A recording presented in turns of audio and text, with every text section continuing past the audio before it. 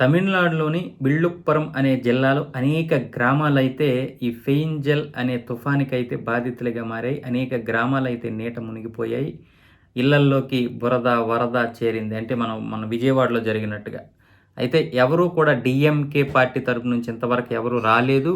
వచ్చిన ఇప్పుడు 3 రోజుల తర్వాత ఒక మంత్రులు, అలాగే మరికొంతమంది ఎమ్మెల్యేలు, అలాగే కలెక్టర్లు, అధికారులైతే వచ్చారు. కానీ ఎవ్వరూ కూడా కారు దిగకుండా ప్రజలతో మాట్లాడడం, వారి కష్ట సుఖాలు తెలుసుకోవడం ప్రయత్నం చేశారు. కానీ మేము సర్వం కోల్పోయి ఇలా నడి రోడ్డుపై బురదల్లో, మోకాళ్ళ లోతు బురదల్లో ఉంటే మీరు కారు దిగకుండా అలాగే నడుచుకుంటూ మీరు కారు నుంచి అలాగ మాట్లాడేసి వెళ్ళిపోతుంటారని ప్రజలైతే ఆ మంత్రి పైన బురద జల్లారు. అలాగే ఆ వరద నీరు కూడా జల్లి కలెక్టర్లపై దాడికైతే దిగారు. ఈలోగా పోలీసులు అడ్డుకొని ఆ మంత్రిని, అలాగే మంత్రి కుమారుడిని, అలాగే మిగతా వాళ్ళని కూడా కలెక్టర్ని, మిగతా అధికారులను కూడా పంపించడం జరిగింది. అంతేకాదు మరికొన్ని గ్రామాల్లో కూడా ఎమ్మెల్యేలను కూడా ఘోరావు చేశారు. ఎవరు రానివ్వకుండా ఇలాంటి దరిద్రమైనటువంటి ప్రజానాయకులు ఉన్నంత వరకు మా బ్రతుకులు మారవు అని కొంతమంది యువకులైతే డైరెక్ట్‌గానే తిట్టడం జరిగింది. మొత్తానికి డీఎంకే పార్టీలో ఉన్నటువంటి మంత్రులందరూ కూడా ఇప్పుడు ఆ వరద బాధితుల్ని పరామర్శించడానికి భయపడే పరిస్థితొచ్చింది.